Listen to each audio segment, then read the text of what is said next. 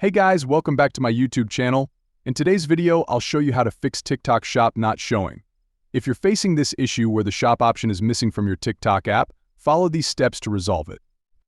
Firstly, make sure you're logged into your TikTok app with your Apple ID, Gmail, or Facebook account. If not, log in first. Next, open your App Store and update your TikTok app to the latest version. This problem often occurs due to using an outdated version of TikTok. After updating, check if the issue is resolved. If not, go to Settings, tap on General, then tap on iPhone Storage. Find TikTok, delete the app, and reinstall it. Log in again and check if the shop option appears. If the problem persists, go to your TikTok profile, tap on the three lines, then go to Settings and Privacy.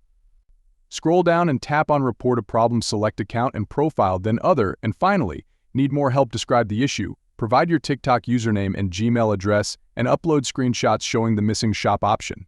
Submit your appeal and your problem should be resolved shortly. I hope this video helps. If it does, please subscribe, comment, and share. Thank you for watching.